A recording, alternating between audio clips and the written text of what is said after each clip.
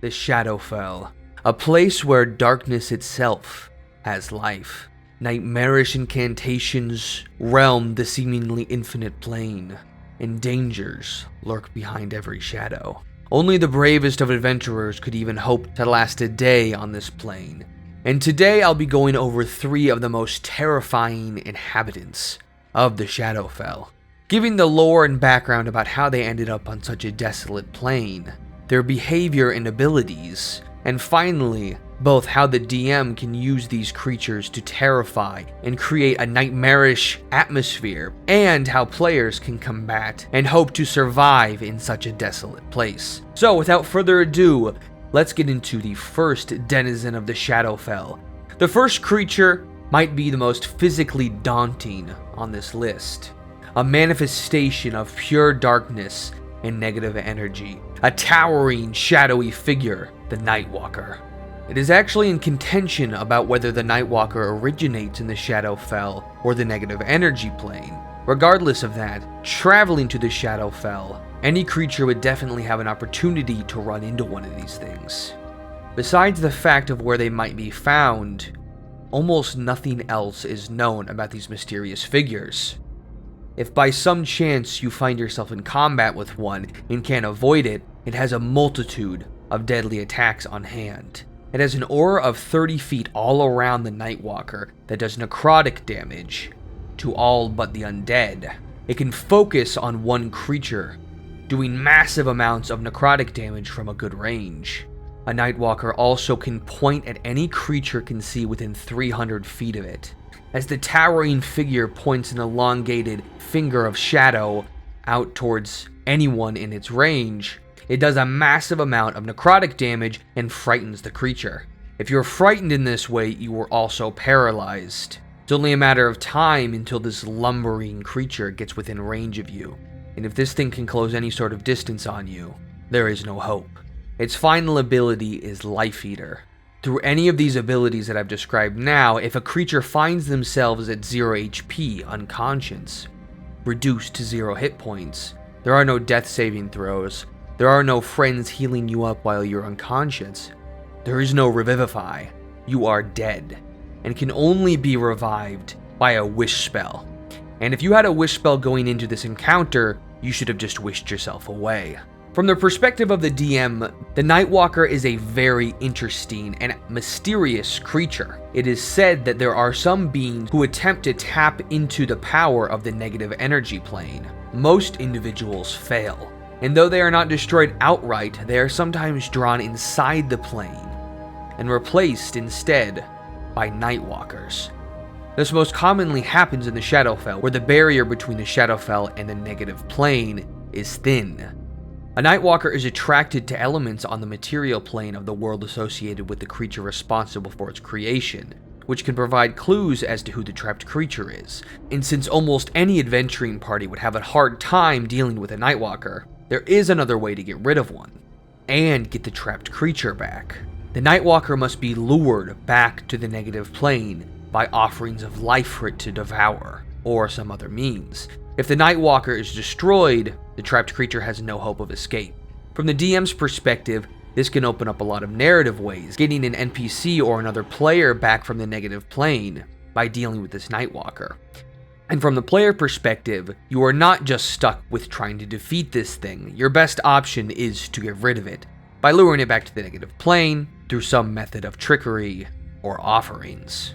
The second creature on this list is not just one creature, but a breed of them. The Sorrowsworn, the lonely, the wretched, the lost, the hungry, and the angry. Each one of these creatures prey upon a specific feeling of grief or loss.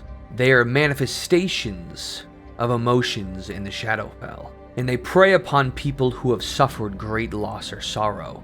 There's the angry that relies on violence to sustain their existence. The hungry, with grasping claws and distended jaws, do whatever necessary to sate their appetites. The lonely, which affects many creatures that lurk in the Shadowfell, though the need for companionship is never manifested more dramatically than in the lonely Sorrowsworn. The lost, which are representations of the anxiety and fear people experience when they can't find their way. especially in the twisted landscape of the Shadowfell.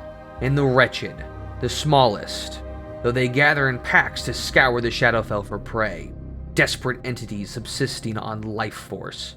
When they find a creature, they surge forward to sink their fangs into their victims and drink deeply. No one knows exactly where these creatures manifested from, but it is said to just be some quirk of the Shadowfell, part of its nature, core to its being. Introducing these creatures into a campaign can create both an engaging battle and story progression. They're a great way to factor in emotions of your players while traversing the Shadowfell, seeing how they're feeling, and following suit with a lonely, or a lost, or a hungry Sorrowsworn. If any sort of journey is to be had in the Shadowfell, at one point in time, any humanoid, any creature, anything with any emotion will feel one of these things, traversing the desolate wasteland that is the Shadowfell.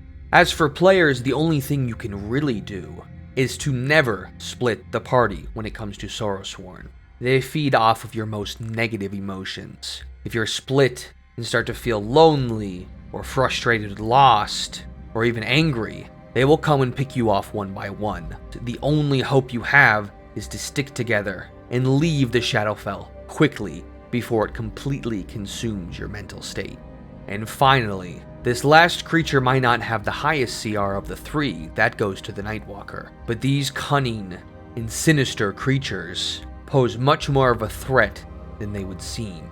The Skulllord, a formidable undead creature that commands armies of undead. In appearance, the Skulllord has 3 heads on one body, all undead skulls, and what seems to be the crown of a lich on its middle head.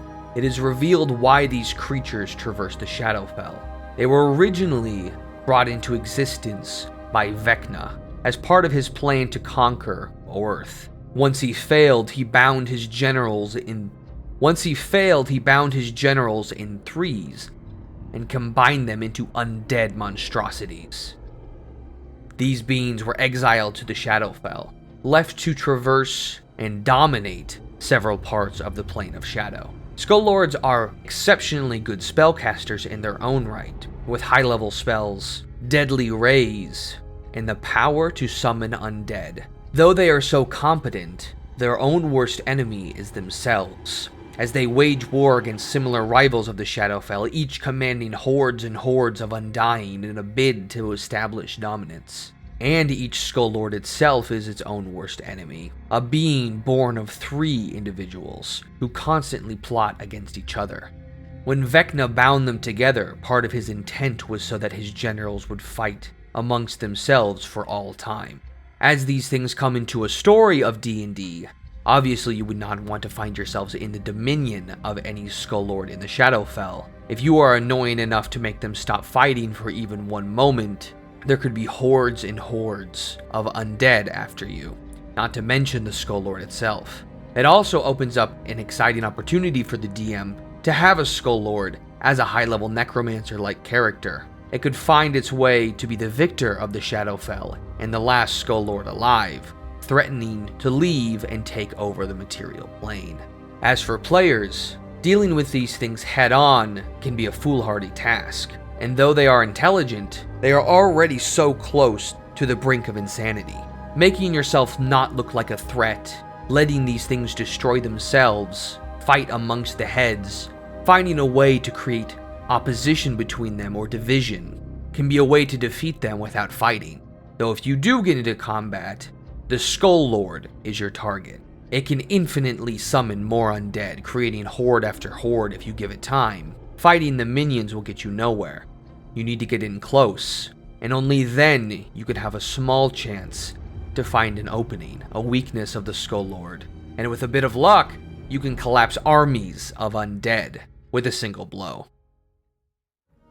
Thank you so much for watching, everyone, on this eerie edition of a new series that I'm calling D&D Survival Guide. So let me know what you think of that in the comments.